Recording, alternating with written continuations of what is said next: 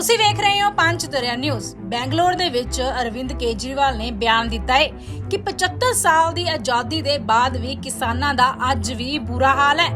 ਦੇਸ਼ ਭਰ ਦੇ ਵਿੱਚ ਕਿਸਾਨ ਖੁਦਕੁਸ਼ੀ ਕਰ ਰਹੇ ਹਨ।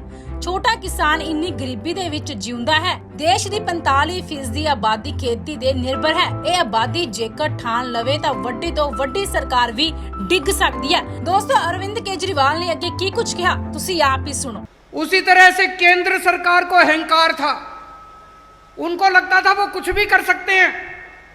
उन्होंने 3 काले कानून पास किए, उनको अहंकार था कि हमें किसानों की जरूरत नहीं है।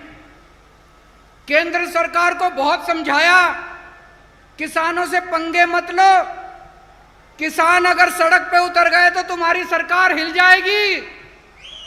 केंद्र सरकार नहीं मानी। अंत में 13 महीनों के संघर्ष के बाद केंद्र सरकार को तीनों कानून वापस लेने पड़े। मैं आप सब लोगों को सलाम करता हूं, आपके संघर्ष को सलाम करता हूं। आपने वो कर दिखाया जो कोई नहीं कर पाया, उनके अहंकार को आपने रौंद दिया। आज किसानों को राजनीति में आने का निर्णय क्यों लेना पड़ा? 75 साल हो गए आजादी को। 75 साल के बाद भी आज किसानों का इतना बुरा हाल है। देश के कोने कोने में किसान आत्महत्या कर रहे हैं। किसान, छोटा किसान खासकर, इतनी गरीबी की हालत में जीता है। किसान का बेटा किसान नहीं बनना चाहता, वो चाहता है मैं कुछ और बन जाऊं लेकिन मैं किसान ही नहीं करूंगा। इन्होंने किसानों का बुरा हाल कर दिया। अभी जैसे चंद्रशेखर जी ने बताया, देश का 45% लोग किसानी के ऊपर निर्भर हैं। इतनी बड़ी जनसंख्या के अंदर लोग अगर किसानी पे निर्भर हैं, अगर ये सब लोग इकट्ठे हो जाएं तो बड़ी से बड़ी सरकारों को गिरा सकते हैं। चंद्रशेखर जी, हम भी आंदोलन से निकले हुए हैं। हम भी रामलीला मैदान में बैठा करते थे अन्ना हजारे जी के साथ। हमें भी, हम क्या कह रहे थे? हम कह रहे थे भ्रष्टाचार दूर करो, भ्रष्टाचार खत्म करो।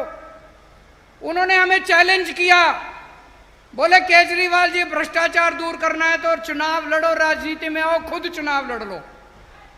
हमने कहा जी हम बड़े छोटे लोग हैं, हमसे चुनाव नहीं लड़े जाते, आप लोग भ्रष्टाचार दूर करो।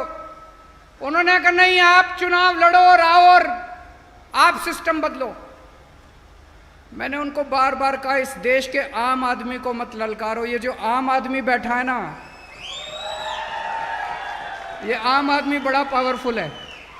जिस दिन ये आम आदमी खड़ा हो गया, जिस दिन आम किसान खड़ा हो गया इस देश का, ये बड़े बड़े सिंहासन हिल जाएंगे। इन्होंने हमें ललकारा, आम आदमी पार्टी बनी, पहले दिल्ली में सरकार बनी, फिर पंजाब में सरकार बनी और